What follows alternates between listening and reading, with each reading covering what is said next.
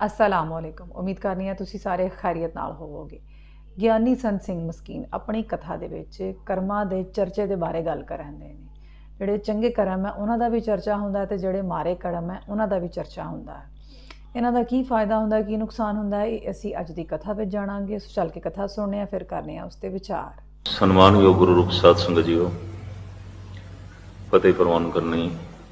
ਵਾਹਿਗੁਰੂ ਜੀ ਕਾ ਖਾਲਸਾ, ਵਾਹਿਗੁਰੂ ਜੀ ਕੀ ਫਤਿਹ। ਧਰਮ ਦੇ ਅਨੰਤ ਪਹਿਲੂ ਨੇ, ਅਨੰਤ ਰੂਪ ਨੇ, ਔਰ ਹਰ ਪਹਿਲੂ ਦੀ ਆਪਣੀ ਆਪਣੀ ਵਿਚਾਰ ਹੈ। ਧਰਮ ਦੀ ਦੁਨੀਆ ਵਿੱਚ ਕਰਮ ਦੀ ਬਹੁਤ ਵੱਡੀ ਚਰਚਾ ਹੈ। ਅੱਜ ਆਪਾਂ ਇਸ ਨੂੰ ਹੀ ਗੁਰਬਾਣੀ ਦੀ ਰੋਸ਼ਨੀ ਵਿੱਚ ਪੜ੍ਹਨ ਦੀ, ਸਮਝਣ ਦੀ, ਸੋਚਣ ਦੀ, ਵਿਚਾਰਨ ਦੀ ਕੋਸ਼ਿਸ਼ ਕਰਦੇ ਹਾਂ। ਕਰਮੇ ਕਰਮੇ ਹੋਏ ਵਿਚਾਰ, ਸੱਚਾ ਆਪ ਸੱਚਾ ਦਰਬਾਰ। ਉਹ ਪ੍ਰਭੂ ਸੱਚਾ ਹੈ, ਉਸ ਦਾ ਦਰਬਾਰ ਸੱਚਾ ਹੈ, ਉਸ ਦਾ ਨਿਆਂ ਸੱਚਾ ਹੈ। ਉਸ ਤੋਂ ਕੋਈ ਬੇਇਨਸਾਫੀ ਨਹੀਂ ਆਉਂਦੀ, ਕੋਈ ਦਬਾਅ ਪਾ ਕੇ ਉਸ ਦਾ ਫੈਸਲਾ ਨਹੀਂ ਬਦਲਿਆ ਜਾ ਸਕਦਾ, ਕੁਝ ਲਾਲਚ ਦੇ ਕੇ ਉਸ ਦੀ ਕਲਮ ਤੋੜੀ ਨਹੀਂ ਜਾ ਸਕਦੀ,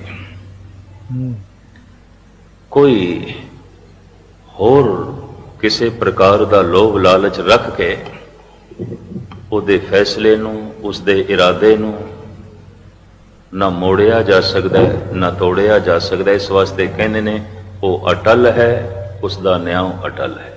ਉਹ ਆਪ ਸੱਚ ਹੈ, ਉਸ ਦਾ ਨਿਆਂ ਸੱਚ ਹੈ।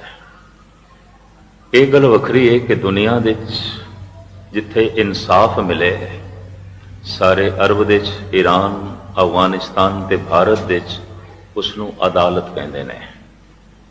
ਅਦਾਲਤ, ਅਦਲ ਕਹਿੰਦੇ ਨੇ ਇਨਸਾਫ ਨੂੰ। ਅਦਾਲਤ ਇਨਸਾਫ ਦਾ ਘਰ, ਅਖਰੀ ਅਰਥ ਇਹ ਬਣਦੇ ਨੇ।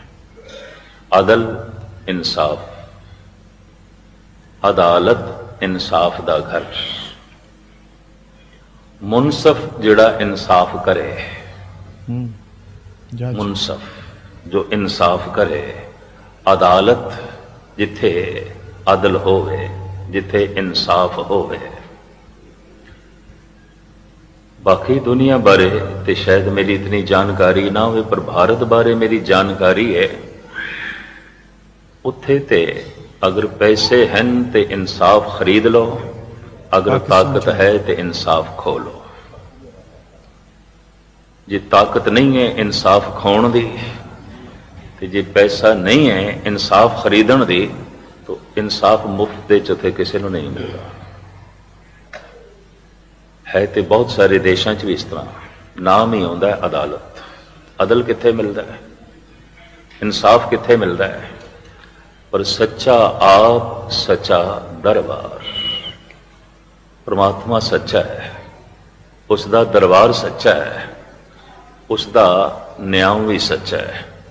ਉਸ ਦੇ ਦਰਬਾਰ ਵਿੱਚ ਕੀ ਆਉਂਦਾ ਹੈ? ਕਰਮੀ ਕਰਮੀ ਹੋਏ ਵਿਚਾਰ, ਸੱਚਾ ਆਪ ਸੱਚਾ ਦਰਬਾਰ। ਉਸ ਦੇ ਦਰਬਾਰ ਵਿੱਚ ਕਰਮਾਂ ਦੀ ਵਿਚਾਰ ਆਉਂਦੀ ਹੈ, ਮਨੁੱਖ ਦੀ ਸ਼ਕਲ ਸੂਰਤ ਦੀ ਨਹੀਂ, ਮਨੁੱਖ ਦੇ ਕਰਮਾਂ ਦੀ। ਇਸ ਨੂੰ ਖੋਲਣ ਤੋਂ ਪਹਿਲੇ ਮੈਂ ਅਰਜ਼ ਕਰਾਂ, ਇਸ ਪ੍ਰਿਥਵੀ ਦੇ ਉੱਤੇ ਜਿਸ ਤੇ ਅਸੀਂ ਰਹਿੰਦੇ ਹਾਂ, ਦੋ ਤਰ੍ਹਾਂ ਦੀ ਦੁਨੀਆ ਧਰਮ ਨੇ ਮੰਨੀ ਹੈ, ਭੋਗ ਭੂਮੀ, ਕਰਮ ਭੂਮੀ। ਇੱਕ ਉਹ ਜੀਵ ਨੇ ਜੋ ਸਿਰਫ ਇੰਜ ਕਹਿ ਲਓ ਜੀਵਨ ਬਤੀਤ ਕਰਨ ਲਈ ਆਏ ਨੇ, ਭੋਗ ਭੋਗਣ ਲਈ ਆਏ ਨੇ। ਖਾ ਲੈਣਾ, ਪੀ ਲੈਣਾ, ਸੋ ਲੈਣਾ ਤੇ ਸਰੀਰ ਦੀ ਜ਼ਰੂਰਤਾਂ ਦੀ ਪੂਰਤੀ ਕਰ ਲੈਣੀ ਹੈ, ਬਸ। ਪਸ਼ੂ ਜਗਤ ਭੋਗ ਭੂਮੀ। ਮਨੁੱਖ ਨੂੰ ਆਖਿਆ ਗਿਆ ਇਹ ਭੋਗ ਭੂਮੀ ਦੇ ਨਾਲ ਨਾਲ ਕਰਮ ਭੂਮੀ ਹੈ। ਇਹ ਕੁਝ ਭੋਗਣ ਦੇ ਨਾਲ ਨਾਲ ਕਰਨ ਲਈ ਆਇਆ ਹੈ। ਇਸ ਵਾਸਤੇ ਸਿਰਫ ਭੋਗ ਭੂਮੀ ਨਹੀਂ ਹੈ। ਭੂਮੀ ਕਹਿੰਦੇ ਧਰਤੀ ਨੂੰ, ਪਸ਼ੂ ਕੀ ਨੇ? ਭੋਗਾਂ ਦੀ ਧਰਤੀ। ਮਨੁੱਖ ਕੀ ਹੈ? ਕਰਮ ਭੂਮੀ। ਇਸ ਵਾਸਤੇ ਸਾਹਿਬ ਕਹਿੰਦੇ ਨੇ ਕਰਮ ਭੂਮ ਮੈਂ ਬੋਵੋ ਨਾਮ। ਇਹ ਤੇ ਕਰਮ ਭੂਮੀ ਹੈ। ਮਨੁੱਖ ਕਰਮ ਭੂਮੀ ਹੈ, ਪਸ਼ੂ ਭੋਗ ਭੂਮੀ ਨੇ। ਪਸ਼ੂ ਆਪਣੇ ਕਰਮਾਂ ਅਨੁਸਾਰ ਵਿਕਾਸ ਨਹੀਂ ਕਰ ਸਕਦਾ। ਇਸ ਤਰ੍ਹਾਂ ਦੇ ਨਾ ਉਸਦੇ ਸਰੀਰ ਦੀ ਬਣਤਰ ਹੈ, ਨਾ ਹੀ ਇਸ ਤਰ੍ਹਾਂ ਉਸਦੇ ਮਨ ਦੀ ਬਣਤਰ ਹੈ। ਉਹ ਵਿਕਾਸ ਕਰਮਾਂ ਦੇ ਉੱਤੇ ਅਸਵਾਰ ਹੋ ਕੇ ਨਹੀਂ ਕਰ ਸਕਦਾ, ਅਗਾਂਹ ਨਹੀਂ ਵੱਧ ਸਕਦਾ। ਪ੍ਰਕਿਰਤੀ ਆਪਣੇ ਸੁਭਾਅ ਦੇ ਮੁਤਾਬਕ ਉਸ ਨੂੰ ਅਗਾਂਹ ਤੋਰਦੀ ਹੈ। ਇੰਜ ਕਹਿ ਲਓ, ਪਸ਼ੂਆਂ ਦਾ ਵਿਕਾਸ ਪ੍ਰਾਕਿਰਤਿਕ ਹੈ, ਪਰਮਾਤਮਾ ਦੀ ਮਰਿਆਦਾ ਅਨੁਸਾਰ ਹੈ। ਤਾਂ ਉਹ ਮਰਿਆਦਾ ਕਿਆ ਮਨੁੱਖ ਨਾਲ ਕੰਮ ਨਹੀਂ ਕਰਦੀ? ਕੰਮ ਕਰਦੀ ਹੈ।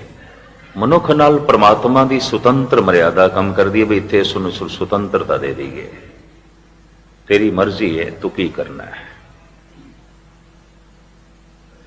ਮਨੁੱਖ ਨੂੰ ਕਰਮ ਦੀ ਛੋਟ ਦੇ ਦਿੱਤੀ ਗਈ। ਇਹ ਕਰਮ ਭੂਮੀ ਹੈ। ਇਸ ਧਰਤੀ ਦੇ ਵਿੱਚ ਜੇਹਾ ਬੀਜੇ ਸੋ ਲੁਣੇ ਕਰਮਾ ਸੰਦੜਾ ਖੇਤ।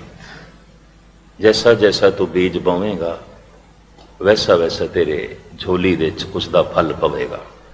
ਇਹ ਕਰਮ ਭੂਮੀ ਹੈ।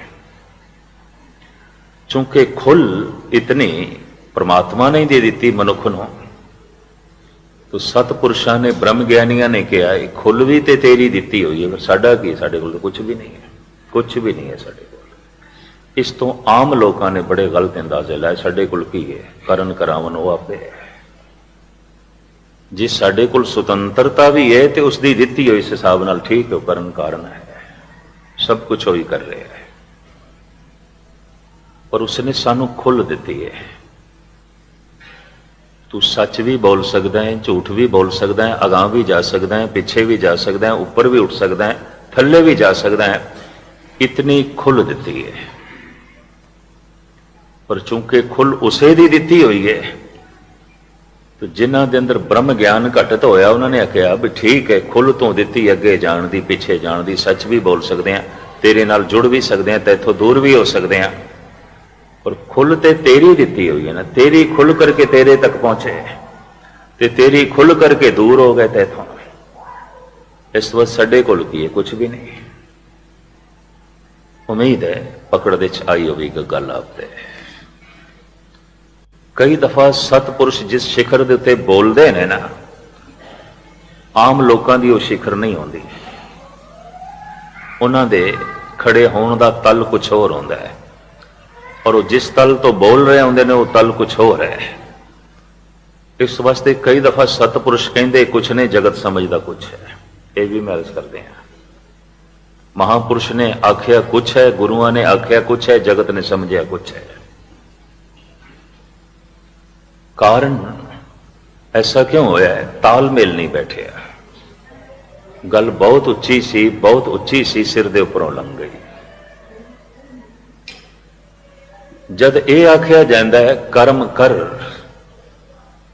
ਐ ਰਖਵਾਦ ਨਾ ਕੀਜੇ ਰੇ ਮਨ, ਸੁਕਰਤ ਕਰ ਕਰ ਲੀਜੇ ਰੇ ਮਨ। ਤੂੰ ਗਿਲਾ ਕਿਉਂ ਕਰਦਾ ਹੈ? ਸ਼ੁਭ ਕਰਮ ਕਰਕੇ ਸੁੱਖਾਂ ਨਾਲ ਆਪਣੀ ਝੋਲੀ ਭਰ ਲੈ। ਜੋ ਕੁਝ ਤੂੰ ਜਗਤ ਦੇ ਵਿੱਚ ਪ੍ਰਾਪਤ ਕਰਨਾ ਹੈ ਕਰ ਲੈ। ਤੈਨੂੰ ਖੁੱਲ੍ਹ ਹੈ, ਤੈਨੂੰ ਧਰਤੀ ਦਿੱਤੀ ਹੈ ਤੇ ਬੀਜ ਬਾਉਣ ਦੀ ਤੈਨੂੰ ਖੁੱਲ੍ਹ ਦੇ ਦਿੱਤੀ ਹੈ। ਤੂੰ ਕੇਸਰ ਬੀਜਣਾ ਹੈ ਕਿ ਨਿੰਮ ਬੀਜਣੀ ਹੈ? ਤੂੰ ਜੌ ਬੀਜਣੇ ਨੇ ਕਿ ਚਣੇ ਬੀਜਣੇ ਨੇ? ਤੂੰ ਅੰਗੂਰਾਂ ਦੀਆਂ ਬੇਲਾਂ ਲਾਣੀਆਂ ਨੇ ਕਿ ਕਿੱਕਰ ਦੇ ਬੀਜ ਬਾਉਣੇ ਨੇ? ਇਹ ਤੇਰੀ ਮਰਜ਼ੀ ਹੈ। ਖੁੱਲ੍ਹ ਹੈ। ਤੈਨੂੰ ਧਰਤੀ ਵੀ ਦੇ ਦਿੱਤੀ, ਤੈਨੂੰ ਬੀਜ ਬਾਉਣ ਦੀ ਖੁੱਲ੍ਹ ਵੀ ਦੇ ਦਿੱਤੀ। ਪਰ ਇੱਕ ਦਫਾ ਬੀਜ ਤੂੰ ਬੋ ਦਿੱਤਾ ਤੇ ਬਾਉਣ ਤੋਂ ਬਾਅਦ ਤੈਨੂੰ ਖਿਆਲ ਆਵੇ ਮੈਂ ਤੇ ਅੰਬਾਂ ਦੇ ਬੂਟੇ ਲਾਣੇ ਸਨ, ਲਾ ਬੈਠਾ ਕਿਕਰਾਂ ਦੇ। ਅੱਛਾ ਹੁਣ ਪ੍ਰਮਾਤਮਾ ਮੈਥੋਂ ਭੁੱਲ ਹੋਈ ਹੈ, ਇਹਨਾਂ ਕਿਕਰਾਂ ਨੂੰ ਹੀ ਅੰਬ ਲਾ ਦੇ, ਨਹੀਂ ਲੱਗਣਗੇ। ਐਸਾ ਨਹੀਂ ਹੋਵੇਗਾ। ਇਹ ਉਸ ਦਾ ਨਿਯਮ ਨਹੀਂ ਹੈ, ਇਹ ਉਸ ਦੀ ਮਰਿਆਦਾ ਨਹੀਂ ਹੈ। ਬਾਬਾ ਫਰੀਦ ਕਹਿੰਦੇ ਨੇ, ਲੋੜੇ ਦਾਖ ਬਿਜੋਰੀਆਂ ਕਿੱਕਰ ਬੀਜੇ ਜੱਟ, ਹੰਡੇ ਉਨ ਕਤਾਏ ਦਾ ਪੈਂਦਾ ਲੋੜੇ ਪੱਟ। ਲਾਂਦਾ ਬੂਟੇ ਕਿਕਰਾਂ ਦੇ ਮੰਗਦਾ ਅੰਬ, ਚਰਖੇ ਦੇ ਕਤਦਾ ਉਨ ਮੰਗਦਾ ਰੇਸ਼ਮ। ਹੰਡੇ ਉਨ ਕਤਾਏ ਦਾ ਪੈਂਦਾ ਲੋੜੇ ਪੱਟ। ਕੱਤਦਾ ਤੇ ਉੱਨ ਪਿਆ, ਬੁਣਦਾ ਤੇ ਉੱਨ ਪਿਆ, ਤੇ ਮੰਗਦਾ ਹੈ ਰੇਸ਼ਮੀ ਕੱਪੜਾ ਖੱਡੀ ਤੋਂ। ਬੋਂਦਾ ਤੇ ਕਿੱਕਰ ਪਿਆ, ਮੰਗਦਾ ਅੰਬ ਹੈ। ਐਸਾ ਹੋ ਹੈ, ਬੀਜ ਮਨੁੱਖ ਦੁੱਖਾਂ ਦੇ ਬੋਂਦਾ ਹੈ, ਮੰਗਦਾ ਸੁੱਖ ਹੈ। ਇਸ ਤਰ੍ਹਾਂ ਹੀ ਰਿਹਾ ਹੈ। ਔਰ ਜਦ ਇਸ ਨੂੰ ਸੁੱਖ ਮਿਲਦਾ ਨਹੀਂ ਤਾਂ ਗਿਲਿਆਂ ਨਾਲ ਭਰ ਜਾਂਦਾ, ਔਰ ਗਿਲਾ ਇਤਨਾ ਵੱਧ ਜਾਂਦਾ ਹੈ, ਕਹਿ ਦਿੰਦਾ ਕੋਈ ਪ੍ਰਮਾਤਮਾ ਨਹੀਂ, ਕੋਈ ਈਸ਼ਵਰ ਨਹੀਂ। ਐ ਰਖਵਾਦ ਨ ਕੀਜੇ ਰੇ ਮਨ, ਸੁਕਰਤ ਕਰ ਕਰ ਲੀਜੇ ਰੇ ਮਨ। ਲੇਕਿਨ ਦੂਜੇ ਤਬਕੇ ਦਾ ਮਨੁੱਖ ਐਸਾ ਕਹਿ ਦਿੰਦਾ ਹੈ, ਕਰਨ ਕਰਾਵਨ ਸਰਬ ਕੋ ਨਾਥ। ਉਹ ਤੇ ਆਪ ਹੀ ਨਾਥ ਹੈ, ਮਾਲਕ ਹੈ, ਸਭ ਕੁਝ ਉਸਦੇ ਹੱਥ 'ਚ ਹੈ। ਇਸਕਾ ਬਲ ਨਹੀਂ ਇਸ ਹਾਥ, ਕਰਨ ਕਰਾਵਨ ਸਰਬ ਕੋ ਨਾਥ। ਫਿਰ ਉਹ ਇੰਜ ਲੈ ਲੈਂਦਾ ਹੈ, ਮਨੁੱਖ ਦੇ ਹੱਥ 'ਚ ਕੀ ਹੈ? ਕੁਛ ਵੀ ਨਹੀਂ ਹੈ, ਵਾਕਈ ਕੁਛ ਨਹੀਂ ਹੈ। ਤੁਸੀਂ ਆਖੋਗੇ ਹੁਣੇ ਤੇ ਮੈਂ ਕਹਿ ਰਿਹਾ ਕਿ ਤੂੰ ਕਿੱਕਰ ਵੀ ਬੀਜ ਸਕਦਾ ਹੈ, ਅੰਬ ਵੀ ਬੀਜ ਸਕਦਾ ਹੈ, ਪਰ ਮੈਂ ਅਰਜ਼ ਕਰਾਂ ਫਿਰ ਵੀ ਕੁਛ ਨਹੀਂ ਹੈ ਮਨੁੱਖ ਦੇ ਹੱਥ 'ਚ। ਕਿਉਂ? ਕਿੱਕਰ ਬੀਜਣ ਦੀ ਖੁੱਲ੍ਹ ਵੀ ਪ੍ਰਮਾਤਮਾ ਨੇ ਦਿੱਤੀ ਹੈ, ਅੰਬਾਂ ਦੇ ਬੂਟੇ ਲਾਉਣ ਦੀ ਖੁੱਲ੍ਹ ਵੀ ਉਸੇ ਨੇ ਦਿੱਤੀ ਹੈ। ਖੁੱਲ੍ਹ ਉਸਦੀ ਦਿੱਤੀ ਹੋਈ ਹੈ। ਇਹ ਸਾਡੀ ਮਰਜ਼ੀ, ਅਸੀਂ ਕੀ ਬੀਜਣਾ ਹੈ। ਪਰ ਸਾਡੀ ਮਰਜ਼ੀ ਦੀ ਇਹ ਜਿਹੜੀ ਖੁੱਲ੍ਹ ਹੈ, ਇਹ ਵੀ ਉਸ ਅਕਾਲ ਪੁਰਖ ਦੀ ਦਿੱਤੀ ਹੋਈ ਹੈ। ਤੇ ਇਸ ਬਾਰੀਕੀ ਤੇ ਪਹੁੰਚ ਕੇ ਭਗਤਾਂ ਨੇ ਕਹਿ ਦਿੱਤਾ ਸਾਡੇ ਕੋਲ ਕੁਝ ਵੀ ਨਹੀਂ। ਜੇ ਖੁੱਲ੍ਹ ਵੀ ਹੈ ਤੇ ਤੇਰੀ ਦਿੱਤੀ ਹੋਈ, ਸਾਡੇ ਕੋਲ ਆਪਣਾ ਕੀ ਹੋਇਆ? ਕੁਝ ਵੀ ਨਹੀਂ। ਇਸ ਰੂਪ ਵਿੱਚ ਆਖਿਆ, ਜਿਸ ਰੂਪ ਵਿੱਚ ਅਸੀਂ ਲੈ ਲੈਨੇ ਆ। ਇੱਕ ਸ਼ਰਾਬ ਪੀ ਰਿਹਾ, ਕਹਿੰਦਾ ਜਦੋਂ ਗੁਰੂ ਛਡਾਵੇਗਾ ਉਦੋਂ ਛੱਡ ਲਿਆਂਗੇ। ਇਹਦਾ ਮਤਲਬ ਗੁਰੂ ਅਜੇ ਤੈਨੂੰ ਇਹੀ ਆਖਦਾ ਪੀ, ਸਵੇਰੇ ਵੀ ਪੀ ਤੇ ਸ਼ਾਮੀ ਵੀ ਪੀ। ਲੋਕੀ ਕਹਿ ਦਿੰਦੇ ਜਦੋਂ ਪ੍ਰਮਾਤਮਾ ਜਗਾਏਗਾ ਉਦੋਂ ਅੰਮ੍ਰਿਤ ਵੇਲੇ ਜਾਗ ਕੇ ਜਪ ਕਰਾਂਗੇ। ਇਹਦਾ ਮਤਲਬ ਅਜੇ ਪ੍ਰਮਾਤਮਾ ਨਹੀਂ ਚਾਹੁੰਦਾ। ਜਦੋਂ ਗੁਰੂ ਚਾਹੇਗਾ ਉਦੋਂ ਨੇਕ ਕਰਮ ਕਰਾਂਗੇ। ਇਹਦਾ ਮਤਲਬ ਅਜੇ ਗੁਰੂ ਇਹੀ ਚਾਹੁੰਦਾ ਤੂੰ ਬੁਰੇ ਕਰ, ਤੂੰ ਮਾੜੇ ਕਰ। ਇਹ ਜਿਹੜੇ ਅਰਥ ਲੋਕਾਂ ਨੇ ਕੀਤੇ ਨੇ ਤੇ ਸਮਝੇ ਨੇ, ਇਹ ਉਹਨਾਂ ਦਾ ਭੁਲੇਖਾ ਹੈ। ਤੇ ਇਸ ਵਕਤ ਦੀ ਵਿਚਾਰ ਦਾ ਆਧਾਰ ਜਿਹੜੀ ਪੰਕਤੀ ਮੈਂ ਚੁਣੀ ਹੈ ਧੰਨ ਗੁਰੂ ਨਾਨਕ ਦੇਵ ਜੀ ਮਹਾਰਾਜ ਦੇ, ਕਰਮੇ ਕਰਮੇ ਹੋਏ ਵਿਚਾਰ, ਸੱਚਾ ਆਪ ਸੱਚਾ ਦਰਬਾਰ। ਉਸ ਸੱਚੇ ਦੇ ਦਰਬਾਰ ਦੇ ਵਿੱਚ ਸੱਚ ਹੈ, ਕਰਮਾਂ ਅਨੁਸਾਰ ਫੈਸਲੇ ਕਰਦਾ, ਬਾਕੀ ਕੁਝ ਵੀ ਨਹੀਂ। ਔਰ ਆਪ ਦੀ ਗਿਆਤ ਲਈ ਅਰਜ਼ ਕਰਾਂ, ਮਹਾਤਮਾ ਬੁੱਧ ਨੇ ਇੱਥੇ ਤੱਕ ਐਲਾਨੀਆਂ ਕਹਿ ਦਿੱਤਾ, ਭਗਵਾਨ ਦੀ ਫਿਕਰ ਬਾਅਦ ਦੇ ਚ ਕਰੀ, ਕਰਮ ਦੀ ਫਿਕਰ ਪਹਿਲੇ ਕਰੀ। ਇੱਥੋਂ ਹਿੰਦੁਸਤਾਨ ਦੇ ਬ੍ਰਾਹਮਣਾਂ ਨੇ ਮਹਾਤਮਾ ਬੁੱਧ ਨੂੰ ਨਾਸਤਿਕ ਕਹਿ ਦਿੱਤਾ। ਇਹ ਨਾਸਤਿਕ ਹੈ। ਅਜੇ ਤੱਕ ਵੀ ਬ੍ਰਾਹਮਣੀ ਸਮਾਜ ਮਹਾਤਮਾ ਬੁੱਧ ਨੂੰ ਨਾਸਤਿਕ ਕਹਿੰਦਾ ਹੈ। ਪਟਨਾ ਜੰਕਸ਼ਨ ਦੇ ਬਾਹਰ ਇੱਕ ਬਹੁਤ ਵੱਡਾ ਮੰਦਿਰ ਬਣਿਆ ਹੈ, ਔਰ ਪਹਿਲੇ ਇਹ ਫੈਸਲਾ ਹੋਇਆ ਸੀ ਕਿ ਭਾਰਤ ਵਿੱਚ ਜਿਤਨੇ ਅਵਤਾਰੀ ਪੁਰਸ਼ ਹੋਏ ਨੇ ਉਹਨਾਂ ਸਾਰਿਆਂ ਦੇ ਵਿੱਚ ਮੂਰਤੀ ਸਥਾਪਨ ਕਰਨੀ ਹੈ। ਮੰਦਿਰ ਬੜਾ ਕਾਬਲੇ ਦੀਦ ਹੈ, ਬੜਾ ਖਰਚ ਕੀਤਾ ਹੈ, ਤਕਰੀਬਨ 15-20 ਸਾਲਾਂ 'ਚ ਤਾਮੀਰ ਹੋਇਆ ਹੈ, ਬਣ ਗਿਆ। ਤੇ ਹੁਣ ਮੂਰਤੀਆਂ ਸਥਾਪਨਾ ਕਰਨੀਆਂ ਸਨ। ਕ੍ਰਿਸ਼ਨ ਦੀ ਕਰ ਦਿੱਤੀ, ਰਾਮ ਦੀ ਕਰ ਦਿੱਤੀ, ਸ਼ਿਵ ਜੀ ਦੀ ਹੋ ਗਈ, ਵਿਸ਼ਨੂੰ ਦੀ ਹੋ ਗਈ, ਬ੍ਰਹਮੇ ਦੀ ਹੋ ਗਈ, ਹਨੂਮਾਨ ਦੀ ਹੋ ਗਈ। ਬਹੁਤ ਸਾਰੇ ਦੇਵੀ ਦੇਵਤਾਵਾਂ ਦੀ ਅੰਦਰ ਮੂਰਤੀਆਂ ਉਹ ਜੋ ਹੈ ਸਜਾਉਂਦੇ ਗਏ। ਉਹਨਾਂ ਦੇ ਨਾਲ ਜਦ ਮੂਰਤੀਆਂ ਦਾ ਆਰਡਰ ਦਿੱਤਾ ਗਿਆ ਸੀ ਤੇ ਮਹਾਤਮਾ ਬੁੱਧ ਦੀ ਮੂਰਤੀ ਵੀ ਮੰਗਾਈ। ਅਜੇ ਤੱਕ ਬਾਹਰ ਪਈ ਹੈ, ਝਗੜਾ ਚੱਲ ਰਿਹਾ, ਇਹ ਨਹੀਂ ਸਥਾਪਨ ਕਰਨੀ, ਇਹ ਨਾਸਤਿਕ ਹੈ, ਇਹਨੂੰ ਅੰਦਰ ਨਹੀਂ ਟਿਕਾਣਾ। ਉਹ ਮੂਰਤੀ ਵੀ ਮੰਦਿਰ ਦੇ ਬਾਹਰ ਪਈ ਹੈ, ਝਗੜਾ ਚੱਲ ਰਿਹਾ ਹੈ, ਇਸ ਮੰਦਿਰ ਦੇ ਵਿੱਚ ਸਥਾਪਨ ਨਹੀਂ ਹੋ ਸਕਦਾ, ਇਹ ਤੇ ਨਾਸਤਿਕ ਹੈ। ਇਹ ਤੇ ਵਰਨ ਵੰਡ ਨੂੰ ਵੀ ਨਹੀਂ ਮੰਨਦਾ। ਇਤਨੇ ਵੱਡੇ ਵਕਤ ਦੇ ਅਵਤਾਰੀ ਪੁਰਸ਼ ਨੂੰ ਨਾਸਤਿਕ ਕਿਉਂ ਆਖਿਆ? ਉਸਨੇ ਆਪਣੇ ਭਿਕਸ਼ੂਆਂ ਨੂੰ ਕਿਹਾ ਰੱਬ ਦੀ ਫਿਕਰ ਬਾਅਦ ਵਿੱਚ ਕਰਨਾ, ਪਹਿਲੇ ਕਰਮ ਦੀ ਫਿਕਰ ਕਰਨਾ, ਕਿਉਂਕਿ ਉਸਨੇ ਵੀ ਫੈਸਲਾ ਕਰਮ ਦੇ ਮੁਤਾਬਕ ਕਰਨਾ ਹੈ। ਤੇ ਜਦ ਕਰਮ ਦੇ ਮੁਤਾਬਕ ਹੀ ਫੈਸਲਾ ਉਸਨੇ ਕਰਨਾ ਹੈ ਤਾਂ ਉਹਦੀ ਫਿਕਰ ਇਤਨੀ ਕਰਨ ਦੀ ਲੋੜ ਨਹੀਂ। ਤੂੰ ਕਰਮ ਦੀ ਫਿਕਰ ਕਰ, ਉਸਦੇ ਹੁਕਮ ਦੀ ਫਿਕਰ ਕਰ, ਉਸਦੇ ਵਿਧਾਨ ਦੀ ਫਿਕਰ ਕਰ, ਉਸਦੇ ਬਣਾਏ ਹੋਏ ਨਿਯਮ ਦੀ ਫਿਕਰ ਕਰ। ਤੂੰ ਕਰਮ ਦੀ ਫਿਕਰ ਕਰ, तो बौद्ध भिक्षुओं दे च एक वाक प्रचलित हो गया, कर्म ही भगवान है। भगवान ही भगवान है ऐसा नहीं, कर्म ही भगवान है। तो इस तो की होया, ब्राह्मणा ने कह दिता भगवान भगवान नहीं है, कर्म भगवान है। इतने नास्तिक ने अज तक सनातनी जगत दे महात्मा बुद्ध का सन्मान नहीं बन सकिया। बौद्ध भिक्षुओं लिए अज तक जगह नहीं बन सकी। इतने नास्तिक है। पर एक सच्चाई है, अगर वो नास्तिक है तो फिर दुनिया च कोई भी आस्तिक नहीं है। इतनी गहरी ध्यान साधना करने वाला, इतना भरोसा रखने वाला, दुनियावी सारे सुखां नूं एक पासे सुट के अध्यात्मक सुख की तलाश करने वाला, तो उसनूं कह दईए नास्तिक। क्यों किया गया? कर्म ही भगवान है, भगवान ही भगवान है। उसने अपने बौद्ध भिक्षुओं को कहा यह फिक्र बाद विच करना, कर्म ही भगवान है। क्योंकि जो दुख मिलना है, जो सुख मिलना है, थानू कर्म नाल मिलना है। जो आनंद मिलना है, जो खेड़ा मिलना है, थानू कर्म नाल मिलना है। जो ज्ञान मिलेगा, जो शांति मिलेगी, थानू कर्मा नाल मिलेगी। तो जब मिलना ही कर्मा नाल है तो फिर कर्म की फिक्र करो। धन गुरु नानक देव जी महाराज कहते हैं, जित कीता पाइए अपना, सा घाल बुरी क्यों घालिए। जे तू अपना ही कीता पाना है तो फिर अपने कर्तव्य प्रति जरा सुचेत हो जा। कहते ने मनुख होवेगा सुचेत, अपने कर्मां दे प्रति सुचेत नहीं है। अगर किधरे कर्मां दे प्रति सुचेत आउंदा तो दुनिया इतनी दुखी नहीं होनी सी। कहते ने हवा व्यापक है, आकाश व्यापक है, दुख भी व्यापक है। जिथे तक आकाश पसरे है उत्थे तक ही दुख है। जिथे तक पवन झूलदी है उत्थे तक ही लोगों के घरों च दुख झूलते पे। मनुखता दुखी है। यानी इसका यह मतलब नहीं कि पशु पंखी दुखी ने, कतई दुखी नहीं ने। यह भी महर्ज करते हैं। कोई पशु दुखी नहीं, कोई पक्षी दुखी नहीं, कोई कीड़ा मकोड़ा दुखी नहीं, सब सुख दे च ने। पशु सुख दे च जी रहे हैं, देवते ब्रह्म ज्ञानी महापुरुष आनंद दे च जी रहे हैं। बस दुख केवल मनुख की दुनिया च।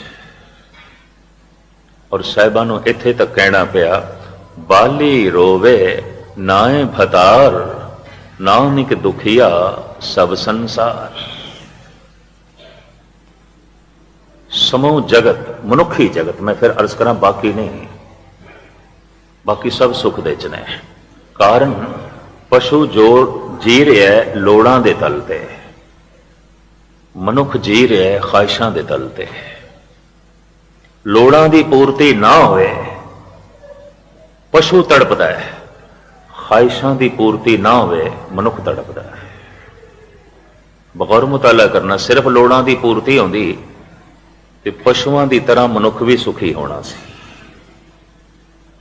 उन्हों प्यास लगी है, पानी मिल जाए, उन्होंने भुख लगी है, खुराक मिल जाए, उसकी शरीर दीयां लोड़ां दी पूर्ति हो जाए, बस मस्त है, सौ जाता है, आनंद लैंदा है।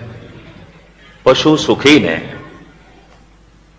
महापुरुष ते देवते आनंद दे च ने, मनुख दुख दे च है। दुख सिर्फ थानू मनुख दी दुनिया दे च मिलेगा या उन्हां पशुआं कोल दुख मिलेगा जिहड़े विचारे मनुख दी कैद दे च ने, मनुख दी संगत दे च रहिंदे पे।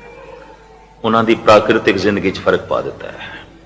जिस ढंग नाल वो जीवना चाहते हैं उस ढंग नाल मनुख नहीं जीण देंदा पिया। वो दुखी हो सकते हैं, वो पीड़ित हो सकते हैं। वरना दुख सिर्फ मनुख दे कोल है। कायनात दे च, इस ब्रह्मंड दे च दुख होर किधरे भी नहीं है।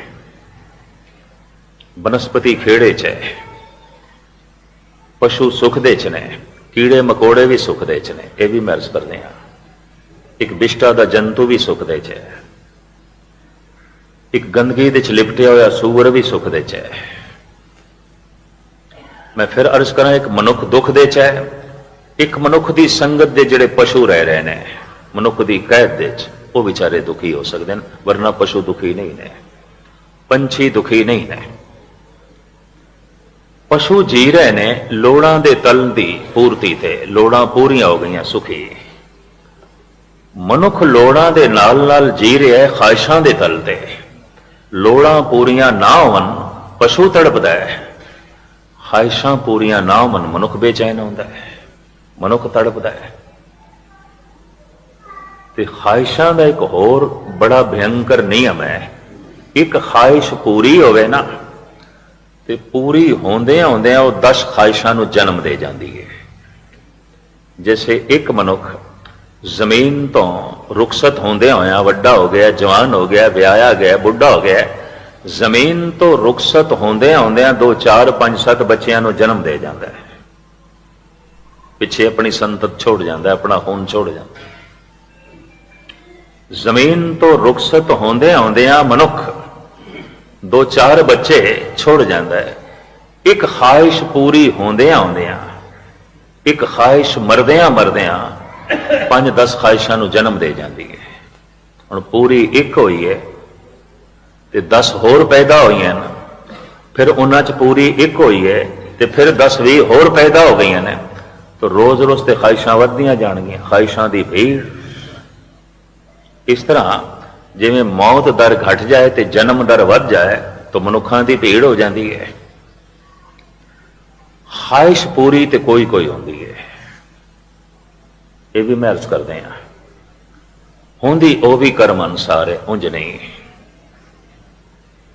ਕੁਝ ਸੰਤਾਂ ਮਹਾਂਪੁਰਖਾਂ ਦੇ ਡੇਰੇ ਇਸ ਵਾਸਤੇ ਚੱਲ ਪੈਂਦੇ ਨੇ, ਜੇ 100 ਬੰਦੇ ਗਏ ਨੇ ਤੇ 60 ਦਾ ਤੇ ਉਂਝ ਹੀ ਕਰਮ ਬਣਨ ਵਾਲਾ ਹੁੰਦਾ ਹੈ, ਉਂਝ ਹੀ ਗੱਲ ਸਿਰੇ ਚੜਨ ਵਾਲੀ ਹੁੰਦੀ ਹੈ। ਉਹ ਜਿਹੜੀ 60 ਬੰਦਿਆਂ ਦੀ ਗੱਲ ਸਿਰੇ ਚੜ ਜਾਂਦੀ ਹੈ ਨਾ, ਉਹ ਕਹਿੰਦੇ ਨੇ ਇਸ ਡੇਰੇ ਕਰਕੇ ਸੰਤ ਕਰਕੇ ਸਾਡੀ ਗੱਲ ਬਣੀ ਹੈ।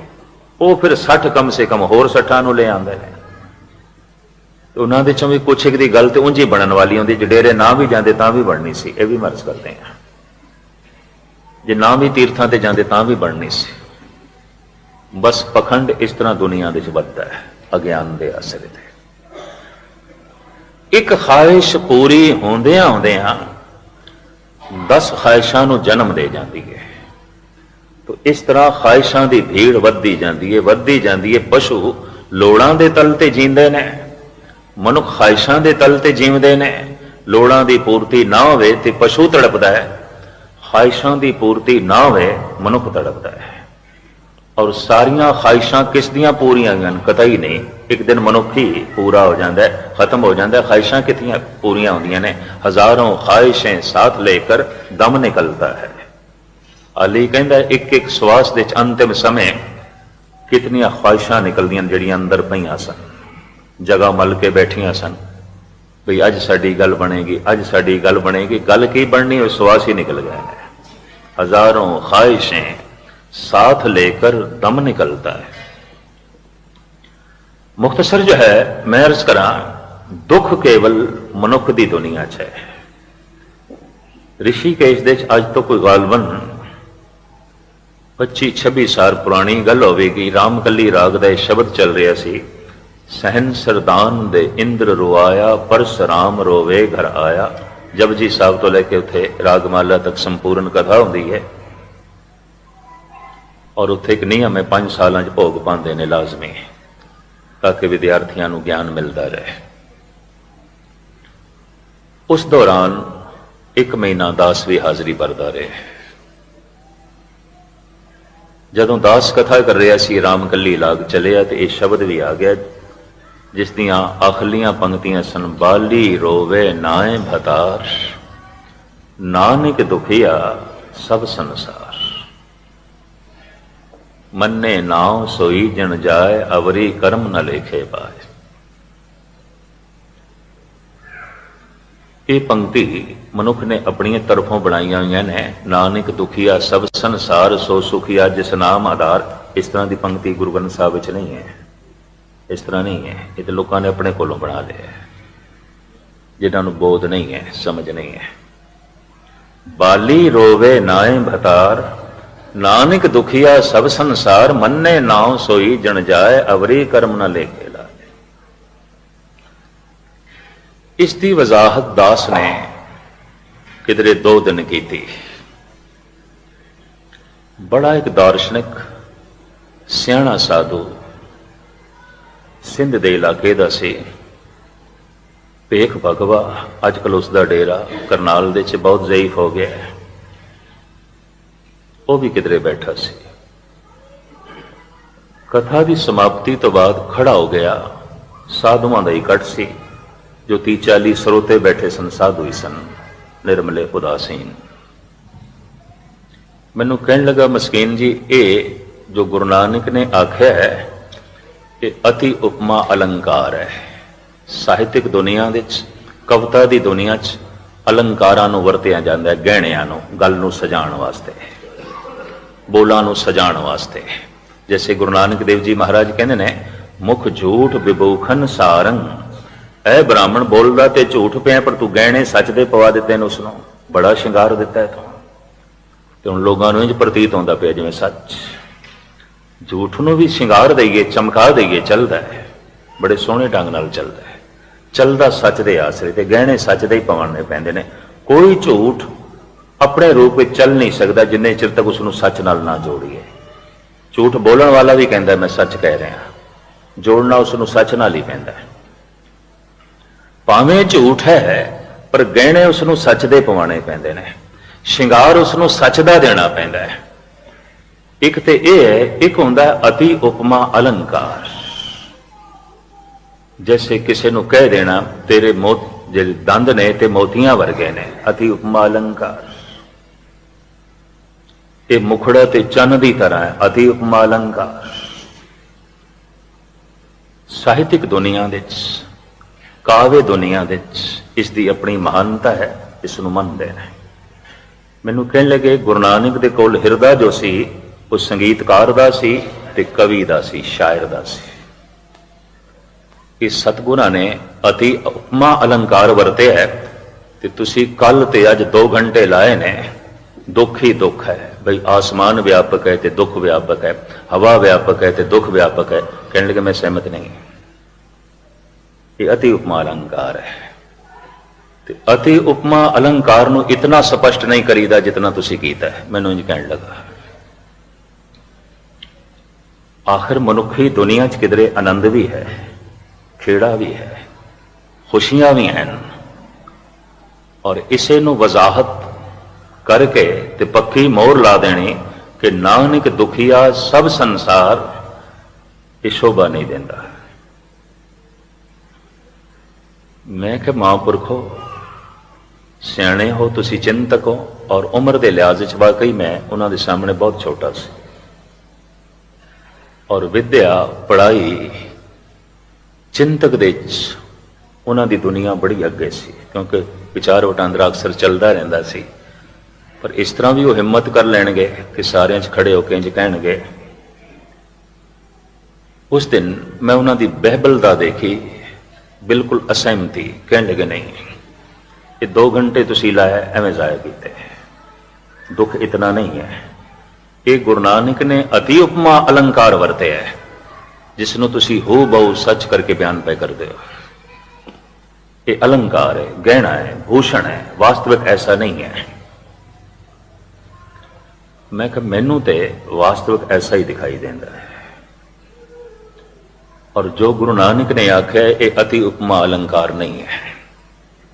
ਇਹ ਖਸਮ ਦੇ ਬੋਲ ਨੇ, ਇਹ ਸਤ ਬਚਨ ਨੇ, ਇਹ ਸੰਪੂਰਨ ਬਚਨ ਨੇ। ਅਤੀ ਉਪਮਾ ਅਲੰਕਾਰ ਕਲਪਨਾ ਹੁੰਦਾ ਹੈ, ਫਿਰ ਤੇ ਗੁਰਬਾਣੀ ਨੂੰ ਕਲਪਨਾ ਆਖਣਾ ਪਏਗਾ। ਇਹ ਕਲਪਨਾ ਨਹੀਂ ਹੈ, ਇਹ ਸੱਚ ਹੈ। ਮੈਨੂੰ ਕਹਿਣ ਲੱਗੇ ਤੁਹਾਡੀ ਸ਼ਰਧਾ ਹੈ, ਇਸ ਤਰ੍ਹਾਂ ਤੁਹਾਥੋਂ ਕਹਿਲਵਾ ਰਹੀ ਹੈ, ਵਰਨਾ ਇਹ ਅਤੀ ਉਪਮਾ ਅਲੰਕਾਰ ਹੈ। ਤੇ ਮੈਂ ਤੁਹਾਨੂੰ ਕੱਲ ਸੱਚ ਦਾ, ਸੁੱਖ ਦਾ ਸਰੂਪ ਦਿਖਾਵਾਂਗਾ, ਫਿਰ ਤੁਹਾਡੀ ਜ਼ਬਾਨ ਕਬੂਲ ਕਰ ਲਏਗੀ ਕਿ ਦੁਨੀਆ 'ਚ ਨਿਰਾ ਦੁੱਖ ਨਹੀਂ, ਸੁੱਖ ਵੀ ਹੈ। ਮੈਂ ਕਿਹਾ ਠੀਕ ਹੈ, ਅਗਰ ਇਸ ਤਰ੍ਹਾਂ ਤੁਸੀਂ ਪ੍ਰਤੱਖ ਰੂਪ ਵਿੱਚ ਕੋਈ ਸੁੱਖ ਦਾ ਸਰੂਪ ਦਿਖਾਓਗੇ ਤਾਂ ਫਿਰ ਜ਼ਰਾ ਸੋਚਾਂਗੇ। ਜਿੱਥੇ ਤੱਕ ਮੇਰਾ ਇਰਾਦਾ ਹੈ, ਮੇਰੀ ਸੋਚਣੀ ਹੈ, ਐਸੀ ਨੌਬਤ ਨਹੀਂ ਆਵੇਗੀ।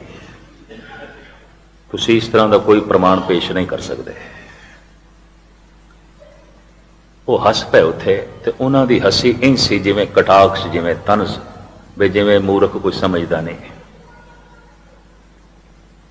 ਉਹ ਜਦ ਚਲਾ ਗਿਆ, ਯਕੀਨ ਜਾਣੋ ਉਸ ਦਿਨ ਸਾਰਾ ਦਿਨ ਰਿਹਾ ਮੈਂ ਵੀ ਬੇਚੈਨ।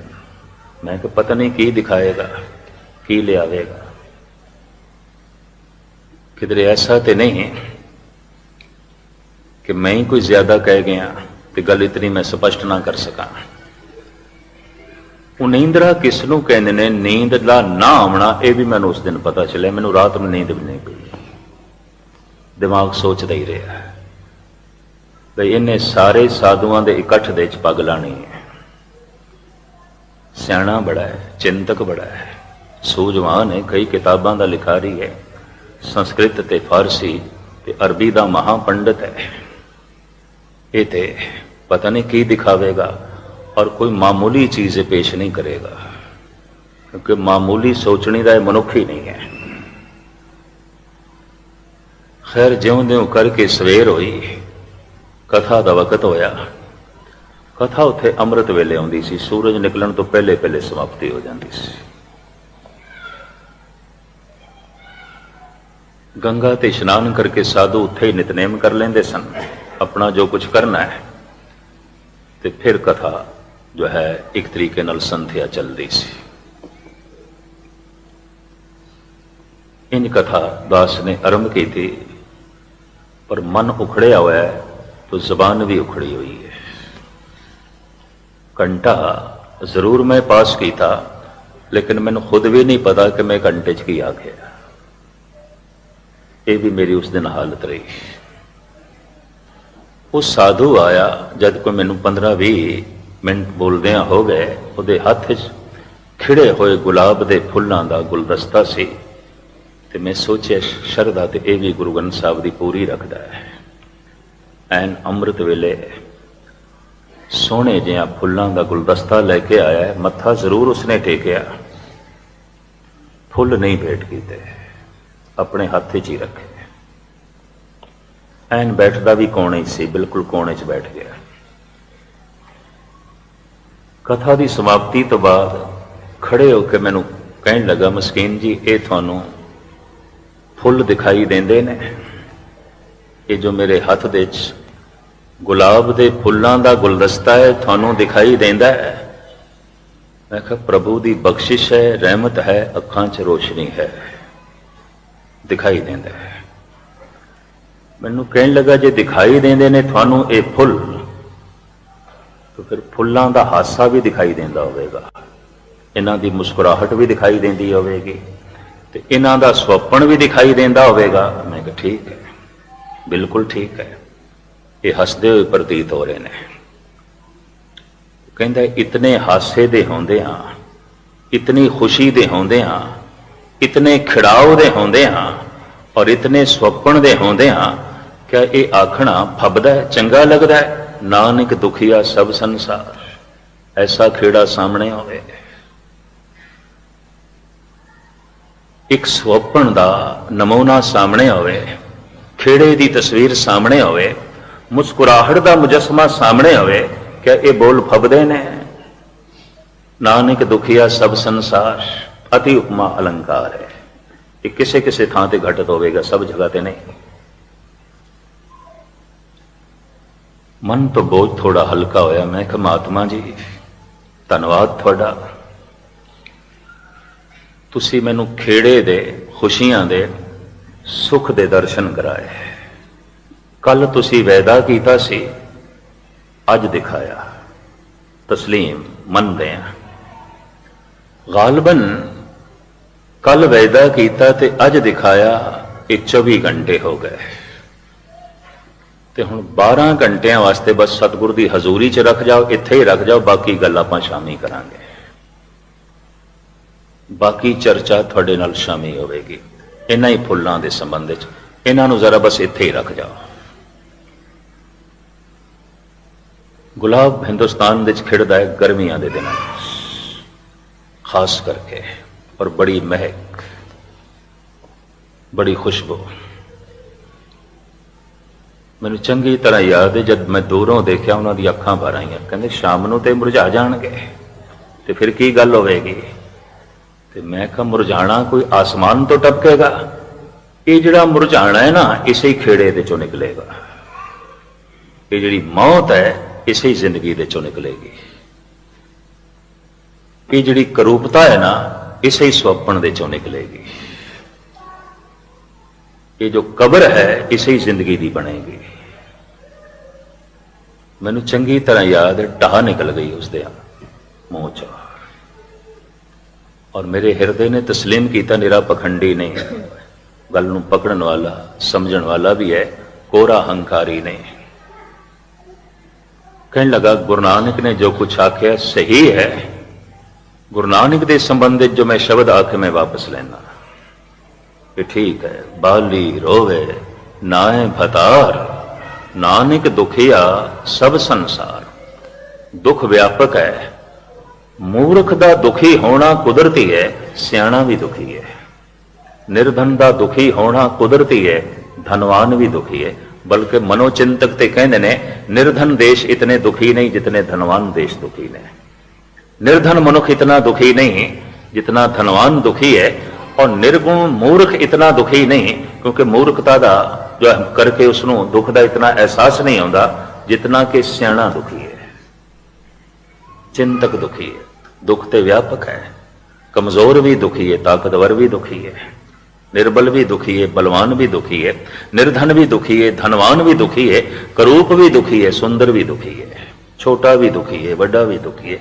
दुख व्यापक है। बाली रोवे नाए भतार, नानक दुखिया सब संसार।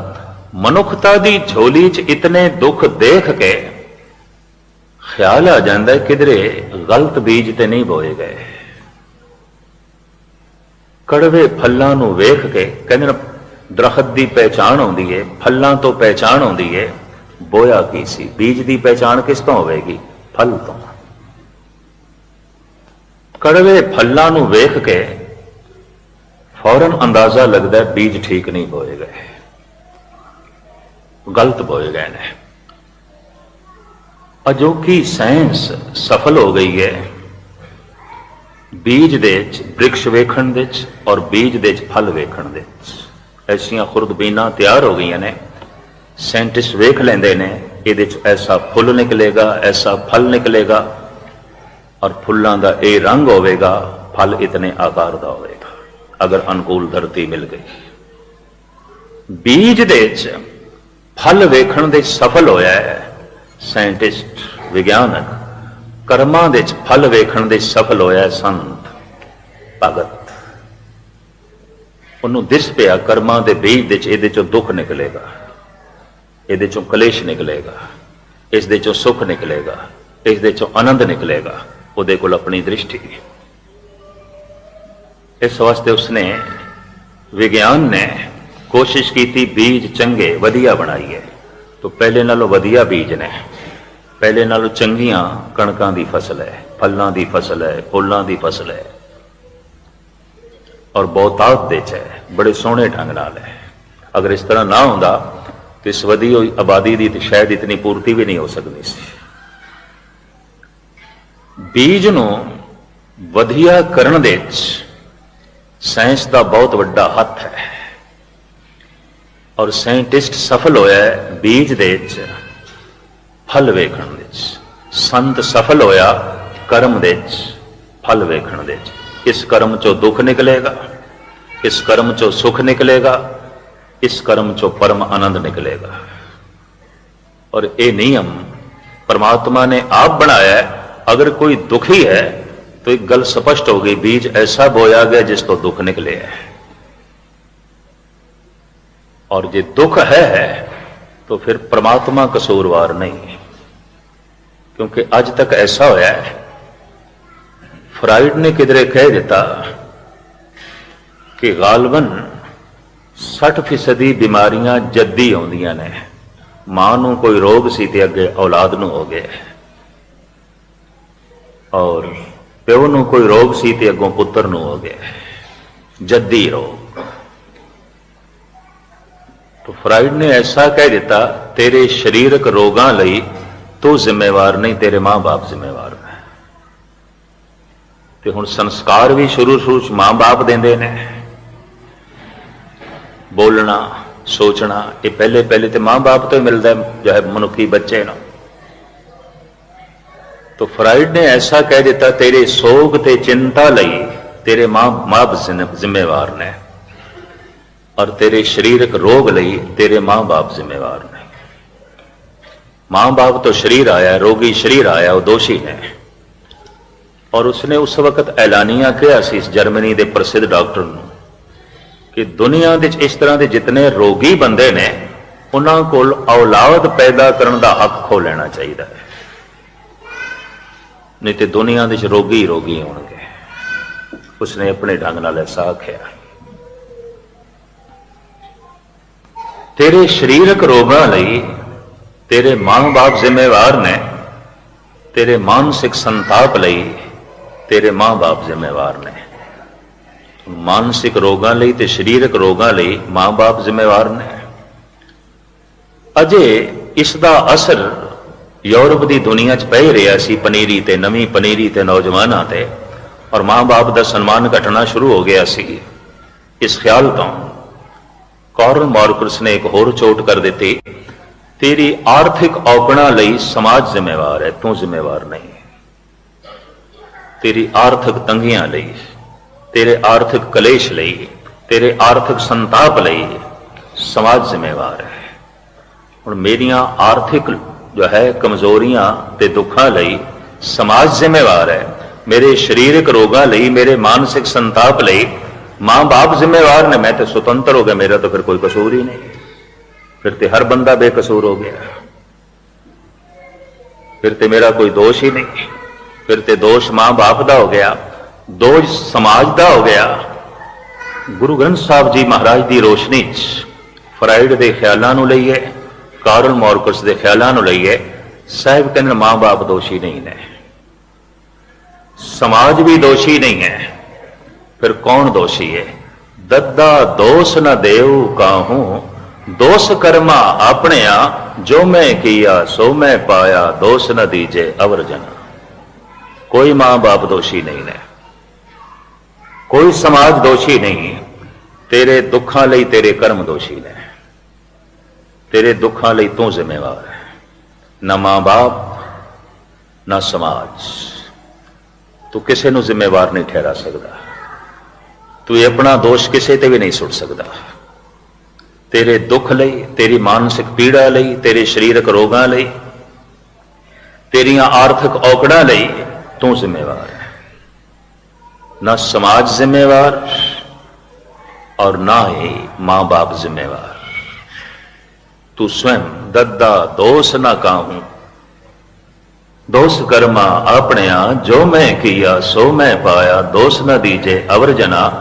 कर्म एक ऐसा बीज है, और ये बीज तेनों परमात्मा ने खुले रूप दे दिते, अदृश्य रूप। रसना तेरे कोल, तेरी मर्जी है। तू सच दे बीज बो भावें झूठ दे, मिठास दे बीज बो भावें कुड़तन दे। हाथ तेरे कोल ने, भावें गलत कर भावें ठीक कर। पैर तेरे कोल ने, भावें गलत पासे जा भावें सही। लेकिन इतनी गल चेते कर ले, तेरा हर कर्म एक बीज है, और इस बीज तो फल पैदा होगा। अपने कर्म प्रति तू सावधान होई। ते कर्म तीन तरह के ने, शरीरक, मानसिक, वाचक। जो मैं मन नाल सोचिया चंगा या माड़ा, मानसिक कर्म। जो मैं जबान नाल बोलिया चंगा या माड़ा, वाचक कर्म। जो मैं हत्थां पैरां दे नाल कीता चंगा ते माड़ा, शरीरक कर्म। इन्हां तिन्नां ही कर्मां दे जोड़ तो उपजदे ने सुख ते दुख। ਗਿਆਨੀ ਸੰਤ ਸਿੰਘ ਮਸਕੀਨ ਦੀ ਅੱਜ ਦੀ ਕਥਾ ਜਿਹੜੀ ਸੀਗੀ ਉਹ ਸਾਡੇ ਮਾਸ਼ਰੇ ਦੀ ਇਕਾਸੀ ਕਰਦੀ ਸੀ। ਮਨੁੱਖ ਦੇ ਕਰਮਾਂ ਦੇ ਚਰਚੇ ਜਿਹੜੇ ਆ ਉਹ ਹੁੰਦੇ ਆ, ਚਾਹੇ ਚੰਗੇ ਕਰਮ ਹੋਣ ਤੇ ਚਾਹੇ ਮਾੜੇ ਕਰਮ ਹੋਣ। ਜਿਹੜਾ ਚੰਗੇ ਕਰਮ ਕਰਦਾ ਹੈ ਨਾ, ਉਹਦਾ ਤੇ ਚਰਚਾ ਹੁੰਦਾ ਹੀ ਹੁੰਦਾ ਹੈ, ਕਿਉਂਕਿ ਬਹੁਤ ਸਾਰੇ ਲੋਕ ਜਿਹੜੇ ਆ ਉਹ ਚੰਗੇ ਕੰਮਾਂ ਦਾ ਚਰਚਾ ਕਰਦੇ ਹੈਗੇ ਆ, ਇਸ ਵਾਸਤੇ ਵੀ ਕਿ ਇਹਨਾਂ ਨੂੰ ਦੇਖ ਕੇ ਜਾਂ ਇਹ ਸੁਣ ਕੇ ਸ਼ਾਇਦ ਦੂਸਰੇ ਦੇ ਦਿਲ 'ਚ ਵੀ ਖਿਆਲ ਪੈਦਾ ਹੋਵੇ ਕਿ ਮੈਂ ਵੀ ਕੁਛ ਇੰਝ ਦੇ ਕੰਮ ਕਰਾਂ ਤਾਂ ਕਿ ਮੇਰਾ ਵੀ ਚਰਚਾ ਹੋ ਸਕੇ। ਉਹਨਾਂ ਜਿਹੜੇ ਉਹ ਚਰਚਾ ਕਰਨ ਦੇ ਹੁੰਦੇ, ਉਹਨਾਂ ਦਾ ਕਿਤੇ ਨਾ ਕਿਤੇ ਆਪਣਾ ਵੀ ਫਾਇਦਾ ਹੁੰਦਾ ਹੈ, ਇਸ ਲਈ ਉਹ ਬਗੈਰ ਕਹਿਓ ਉਹ ਚਰਚਾ ਕਰਨ ਦੇ ਹੁੰਦੇ ਆ ਚੰਗੇ ਕੰਮਾਂ ਦਾ। ਜਿਹਦੇ ਨਾਲ ਚਲੋ ਇਹ ਫਾਇਦਾ ਜ਼ਰੂਰ ਹੁੰਦਾ ਹੈ ਕਿ ਜਿੱਥੇ ਉਹਨਾਂ ਨੂੰ ਫਾਇਦਾ ਪਹੁੰਚਣ ਦਿਆ ਹੁੰਦਾ ਉੱਥੇ ਹੋਰ ਵੀ ਬਹੁਤ ਸਾਰੇ ਲੋਕਾਂ ਨੂੰ ਫਾਇਦਾ ਪਹੁੰਚ ਜਾਂਦਾ ਹੈ, ਜਾਂ ਇੱਕ ਬੰਦਾ ਜਿਹੜਾ ਵਾ ਉਹਦੇ ਵੀ ਦਿਲ 'ਚ ਇਹ ਖੁਆਇਸ਼ ਪੈਦਾ ਹੁੰਦੀ ਹੈ ਕਿ ਮੈਂ ਵੀ ਕੰਮ ਕਰਾਂ, ਚੰਗੇ ਕੰਮ ਕਰਾਂ ਤਾਂ ਕਿ ਮੇਰਾ ਵੀ ਚਰਚਾ ਹੋਵੇ। ਕਿਤੇ ਨਾ ਕਿਤੇ ਇਹ ਗੱਲ ਜ਼ਰੂਰ ਹੁੰਦੀ ਹੈ ਇਨਸਾਨ ਦੇ ਦਿਲ ਦੇ ਵਿੱਚ ਜਿਹੜਾ ਕਿ ਚੰਗੇ ਕਰਮ ਕਰਦਾ ਹੈਗਾ ਵਾ, ਇਸ ਲਈ ਚੰਗੇ ਕਰਮ ਦਾ ਜਿਹੜਾ ਚਰਚਾ ਉਹ ਜ਼ਰੂਰ ਹੁੰਦਾ ਹੈ। ਅਤੇ ਜਿਹੜੇ ਦਿਖਾਵੇ ਵਾਸਤੇ ਕੀਤੇ ਜਾਂਦੇ ਆ ਉਹਨਾਂ ਦਾ ਤਾਂ ਬਹੁਤ ਜ਼ਿਆਦਾ ਹੁੰਦਾ ਹੈ, ਕਿਉਂਕਿ ਉਹਨਾਂ ਦਾ ਮਕਸਦ ਇਹ ਹੁੰਦਾ ਹੈ ਕਿ ਕਿਸੇ ਨਾ ਕਿਸੇ ਤਰ੍ਹਾਂ ਇਹ ਜਿਹੜੀ ਚੀਜ਼ ਹੈ ਇਹਨੂੰ ਜ਼ਿਆਦਾ ਤੋਂ ਜ਼ਿਆਦਾ ਫੈਲਾਇਆ ਜਾਵੇ। ਹਾਲਾਂਕਿ ਮਕਸਦ ਉਹਦੇ ਪਿੱਛੇ ਨੇਕੀ ਕਰਨਾ ਨਹੀਂ ਹੁੰਦਾ, ਮਕਸਦ ਉਹਦੇ ਪਿੱਛੇ ਮਸ਼ਹੂਰੀ ਕਰਨਾ ਹੁੰਦਾ ਵੈ, ਆਪਣੀ ਵਾਹ ਕਰਵਾਉਣੀ ਹੁੰਦੀ ਹੈ। ਐਸੇ ਵੀ ਲੋਕ ਮਾਸ਼ਰੇ 'ਚ ਮੌਜੂਦ ਆ ਜਿਹੜੇ ਨੇਕੀ ਵੀ ਕਰਦੇ ਆ ਅਤੇ ਇਸ ਗਰਜ਼ ਨਾਲ ਕਿ ਸਾਡੀ ਜਿਹੜੀ ਹੈ ਲੋਕਾਂ ਦੇ ਉੱਤੇ ਇੱਕ ਛਾਪ ਬੈਠ ਸਕੇ ਕਿ ਅਸੀਂ ਬਹੁਤ ਚੰਗੇ ਹਾਂ, ਲੋਕਾਂ ਦੇ ਜ਼ਿਹਨਾਂ ਦੇ ਵਿੱਚ ਇਹ ਖਿਆਲ ਬਹਿ ਜਾਵੇ ਕਿ ਬਈ ਫਲਾਂ ਬੰਦਾ ਬਹੁਤ ਚੰਗਾ, ਬਹੁਤ ਚੰਗੇ ਕੰਮ ਕਰਦਾ, ਨੇਕੀ ਦੇ ਕੰਮ ਕਰਦਾ ਹੈਗਾ ਵੈ। ਇਸ ਲਈ ਉਹ ਜਿਹੜਾ ਵੀ ਚੰਗਾ ਕੰਮ ਕਰਦੇ ਆ ਨਾ ਉਹਦਾ ਬਹੁਤ ਜ਼ਿਆਦਾ ਦਿਖਾਵਾ ਕਰਦੇ ਆ ਤਾਂ ਕਿ ਇਹ ਖਬਰ ਜ਼ਿਆਦਾ ਤੋਂ ਜ਼ਿਆਦਾ ਫੈਲੇ, ਜ਼ਿਆਦਾ ਲੋਕਾਂ ਤੱਕ ਪਹੁੰਚੇ। ਅਤੇ ਜਿਹੜੇ ਮਾੜੇ ਕਰਮ ਹੈ ਨਾ, ਚਰਚਾ ਉਹਨਾਂ ਦਾ ਵੀ ਹੁੰਦਾ ਹੈਗਾ। ਬੇਸ਼ੱਕ ਲੋਕ ਉਸ ਮਾੜੇ ਬੰਦੇ ਨੂੰ ਉਹਦੇ ਕਰਮਾਂ ਦੀ ਵਜ੍ਹਾ ਤੋਂ ਉਹਦੇ ਮੂੰਹ 'ਤੇ ਨਾ ਕਹਿ ਸਕਣ, ਲੇਕਿਨ ਉਹਦੇ ਪਿੱਛੇ ਉਹ ਜ਼ਰੂਰ ਉਸ ਤੋਂ ਬਚਣੇ ਦੀ ਦੂਸਰਿਆਂ ਨੂੰ ਤਲਕੀਨ ਕਰਦੇ ਹੈਗੇ ਆ। ਮਾਂ ਬਾਪ ਆਪਣੀ ਔਲਾਦ ਨੂੰ ਕਦੀ ਵੀ ਜਿਹੜਾ ਮਾੜਾ ਬੰਦਾ ਨਾ ਉਹਦੀਆਂ ਮਿਸਾਲਾਂ ਨਹੀਂ ਦੇਣਗੇ, ਬਲਕਿ ਇਹ ਕਹਿਣਗੇ ਕਿ ਅਗਰ ਤੁਸੀਂ ਆਪਣੀ ਜ਼ਿੰਦਗੀ ਖ਼ਰਾਬ ਕਰਨੀ ਹੈ ਤਾਂ ਫਲਾਂ ਦੀ ਤਰ੍ਹਾਂ ਫਿਰ ਬਣ ਜਾਓ, ਤੁਹਾਡੀ ਵੀ ਜ਼ਿੰਦਗੀ ਖ਼ਰਾਬ ਹੋ ਜਾਏਗੀ, ਲੋਕ ਤੁਹਾਡੇ ਤੋਂ ਬਚਣਗੇ, ਤੁਹਾਡੇ ਤੋਂ ਨਫ਼ਰਤ ਕਰਨਗੇ। ਅਤੇ ਅਗਰ ਉਹ ਆਪਣੇ ਬੱਚੇ ਨੂੰ ਕਾਮਯਾਬ ਬਣਾਉਣਾ ਚਾਹੁੰਦੇ ਆ ਤਾਂ ਫਿਰ ਹਮੇਸ਼ਾ ਜਿਹੜਾ ਕਾਮਯਾਬ ਲੋਕ ਹੈ ਨਾ ਉਹਨਾਂ ਦੀਆਂ ਮਿਸਾਲਾਂ ਦੇਣਗੇ। ਇਸ ਲਈ ਜਿਹੜੇ ਮਾੜੇ ਕਰਮ ਹੈ ਨਾ, ਚਰਚਾ ਉਹਨਾਂ ਦਾ ਵੀ ਹੁੰਦਾ ਹੈ, ਲੇਕਿਨ ਚੰਗੇ ਕਰਮਾਂ ਦੀ ਤਰ੍ਹਾਂ ਉਹਨਾਂ ਦਾ ਸਰੇਆਮ ਚਰਚਾ ਨਹੀਂ ਹੁੰਦਾ, ਬਲਕਿ ਲੋਕ ਜਿਹੜੇ ਆ ਉਹ ਡਕੇ ਚੁੱਪੇ ਅਲਫਾਜ਼ ਦੇ ਨਾਲ ਕਰਦੇ ਆ। ਕਿਉਂਕਿ ਜਿਹੜਾ ਮਾੜਾ ਬੰਦਾ ਹੁੰਦਾ ਨਾ, ਜਿਹਦੇ ਕਰਮ ਮਾੜੇ ਹੁੰਦੇ ਆ, ਉਹ ਫਿਰ ਕਿਸੇ ਦੀ ਲੋਹ ਲਿਹਾਜ਼ ਨਹੀਂ ਰੱਖਦਾ, ਨਾ ਉਹਨੂੰ ਆਪਣੀ ਇੱਜ਼ਤ ਦਾ ਪਾਸ ਹੁੰਦਾ, ਨਾ ਦੂਸਰੇ ਦੀ ਇੱਜ਼ਤ ਦਾ ਪਾਸ ਹੁੰਦਾ। ਇਸ ਲਈ ਮਾੜੇ ਕਰਮਾਂ ਵਾਲੇ ਬੰਦੇ ਤੋਂ ਹਰ ਜਿਹੜਾ ਮਨੁੱਖ ਹੈ ਨਾ ਉਹ ਬਚਣੇ ਦੀ ਕੋਸ਼ਿਸ਼ ਕਰਦਾ ਹੈ, ਕਿਉਂਕਿ ਉਹ ਜਾਣਦਾ ਹੁੰਦਾ ਹੈ ਤਬੀਅਤ ਦੇ ਬਾਰੇ। ਇਬਾਦਤ ਗਾਹਾਂ ਜਿਹੜੀਆਂ ਨਾ ਮਾਸ਼ਰੇ ਦੇ ਵਿੱਚ ਅਹਿਮ ਕਿਰਦਾਰ ਅਦਾ ਕਰਦੀਆਂ, ਕਿਉਂਕਿ ਲੋਕ ਇਬਾਦਤ ਗਾਹਾਂ ਦੇ ਵਿੱਚ ਜਮ੍ਹਾਂ ਹੁੰਦੇ ਹੈ।